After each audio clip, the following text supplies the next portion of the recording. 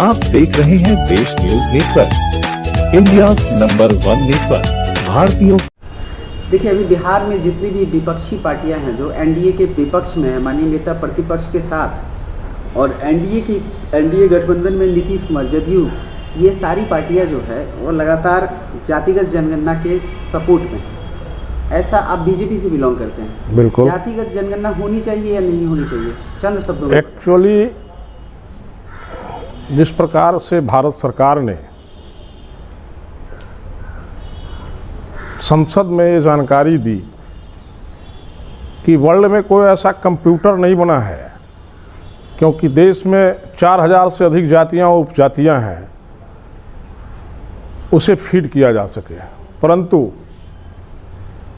बिहार में क्या लोगों को जुनून सवार है, बिहार के सदन के नेताओं को, कि लोग जातिगत जनगणना कराना चाहते हैं। चलिए, मैं भी बिहार वासी होने के नाते इनकी भावनाओं को कद्र करता हूं, और क्योंकि जनगणना जो 1935 के बाद इस देश में नहीं हुई, जातिगत जनगणना, आर्थिक, सामाजिक और जातिगत जनगणना 2011 में होनी थी, हुई भी। उस समय यूपीए की सरकार केंद्र में थी। उसका रिपोर्ट 2014 तक के लोग सदन के पटल पे 2014 में एनडीए की सरकार आई,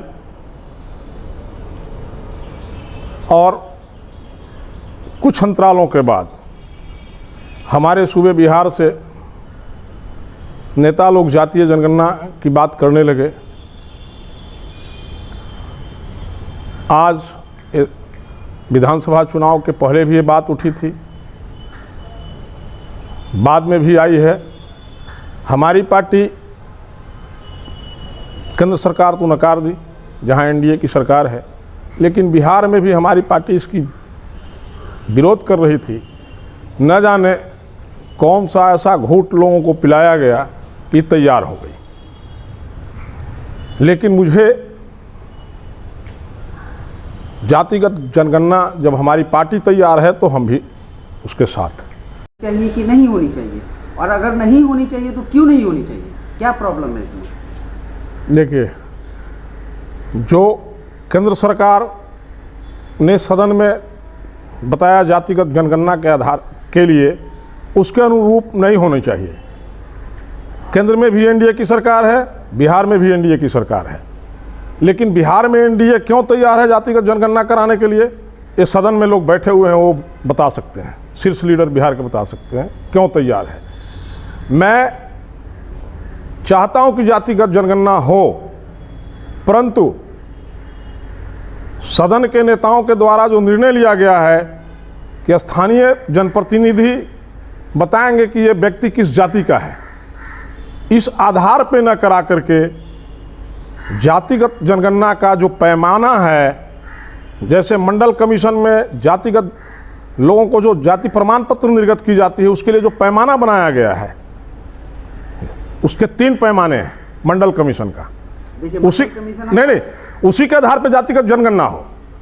मेरा ये कहने का तात्पर्य है, मैं विरोध नहीं कर रहा हूं। हम ऐसा तो नहीं है कि भाजपा डरती है कि अगर जातिगत जनगणना के बाद अगर निकल के आएगा कि सवर्ण समाज, ठीक है, 10% है, मान लीजिए सपोज यदि नहीं, अगर 90% बहु समाज है, तो अगर 90% बहु समाज है तो हो सकता है कि इसके बाद ध्रुवीकरण हो जाए जातियों का। जी नहीं, बिहार के लोग काफ़ी कॉन्शियस हैं इस मामले में, सरकार कॉन्शियस है।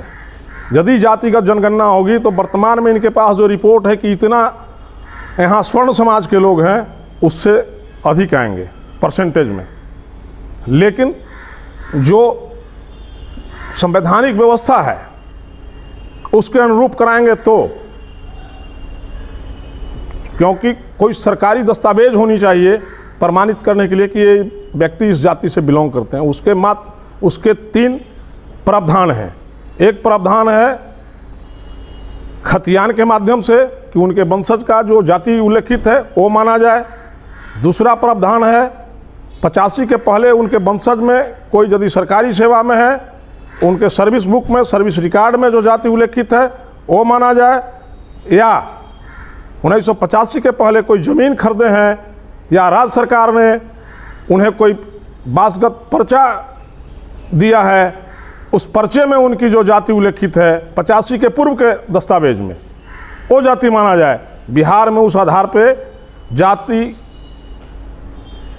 प्रमाण पत्र भी निर्गत नहीं होती है। विडंबना इस। दूसरी बात मैं ये कहना चाहता हूँ कि जो जातिगत जो जनगणना सरकार करानी चाहती है, ये जो मैं तीनों पैमाइश कहा हूँ, उस पैमाइश के आधार पर कराए, नहीं तो बिहार के आपको याद होगा कि यही एनडीए की सरकार ने लोहार जाति को आदिवासी घोषित बिहार में करने का काम किया था, और लोहार जाति वर्ग के लोग आदिवासी के प्रमाण पत्र पे कोई नौकरी प्राप्त कर चुके, कोई उनके केस मुकदमा करने पे निर्दोष आदमी आदिवासी एक्ट के तहत फंसा, वही हश्र इस जातिगत जनगणना का होगा यदि उस पैमाइश पे नहीं कराएंगे तो। अच्छा, आपके कहने का मतलब है कि जातिगत जनगणना अगर हो तो उसका एक स्टैंडर्ड तय हो, हाँ, एक मानक तय हो।